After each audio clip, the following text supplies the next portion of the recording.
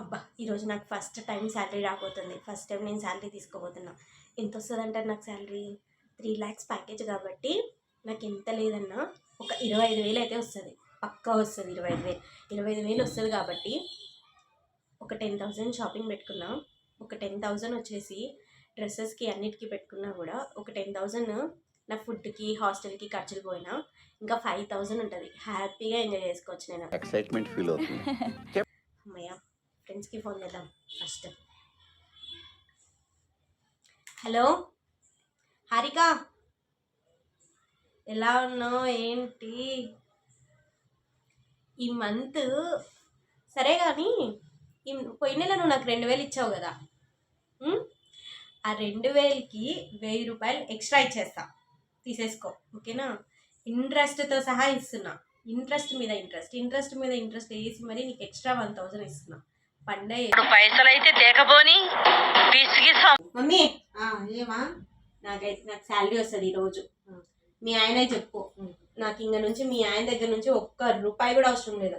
ఆయన ఇచ్చే పాకెట్లో మనీ నాకు అవసరం లేదు. పాకెట్ 5 రూపాయలు 50 రూపాయలు ఇంకా నాకు అవసరం లేదు.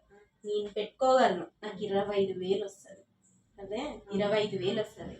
నువ్వు 4,000 ఇచ్చావు కదా మమ్మీ నాకు. అవును, 4,000 ఎక్స్ట్రా 4,000 ఇస్తా. పండగ చేసుకో. శాలరీ వచ్చినాక ఇదే జోష్లో చెప్పుమ్మా. శాలరీ రేపే వస్తుంది. నువ్వు చూడు కావాలి. ఏం డాక్టర్ మాయ అర్థం కాలా? ప్రతిదీ ఇంగ్లీష్ చెప్పమంటాడు. In France there is crocodile festival. ఏమన్నాడు?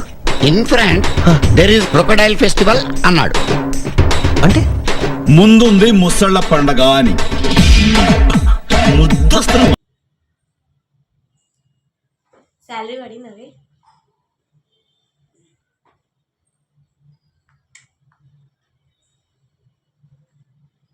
ఏంది 15,000 పడింది?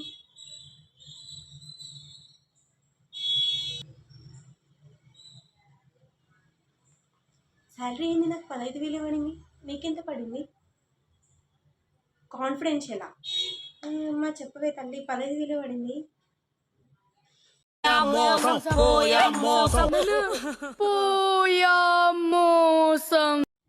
సార్, నా శాలరీ 3 lakhs ప్యాకేజ్ కదా, నాకెందుకు మరి 15,000 పడింది?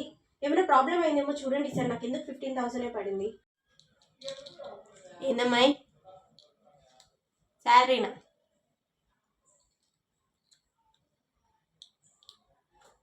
సిటీసీ అనేది ఒకటి ఉంటుంది అమ్మాయి, తెలీదా? 3 లక్షలు అంటే 3 లక్షల్లో నుంచి సిటీసీ అంటారు దాన్ని. అది అసలు శాలరీ కాదు. సిటీసీలో నుంచి నీకు తగ్గేది వచ్చిందే 15,000.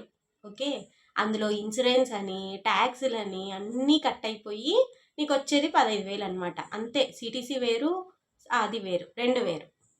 చూసుకో. నువ్వు నన్ను ముందు అడగలే కదమ్మాయి. వర్క్ చేసుకో. First salary enjoy. ఏంటాడు ఏంది తిక్కముక్కమోడు? 15,000 శాలరీతో నేనేం చేసుకోవాలా? ఇప్పుడు అనవసరంగా అమ్మ దగ్గర 4,000 ఇస్తానని చెప్పినానే. అఖిల శాలరీ పడింది కదా. అఖిల శాలరీ పడింది కదమ్మా. పడింది. నాకు ఇస్తానండి కదమ్మా 4,000. అంటే ఇప్పుడే ఇచ్చేయాలా? ఇస్తానంటే అంటే ఈ రోజే శాలరీ పడింది.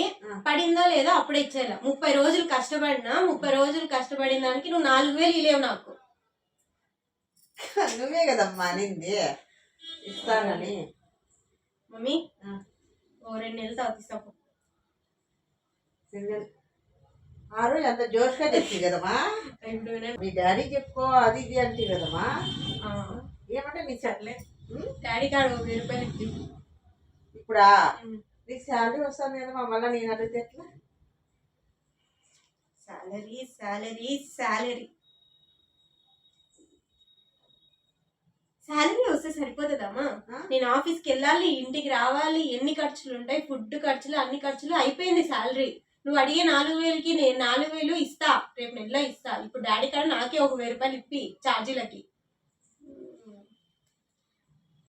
ఎవడికన్నా శని 2వ గదిలోనో 4వ గదిలోనో ఉన్నాడంటారు. నాకేంటి శర్మ ఇలా కొంపంతా ఉన్నాడు. బాబు నేను చెప్పింది చెప్పండి. ఓం చిత్తప్రదేశ్ చెక్క ఉడంగి ముక్క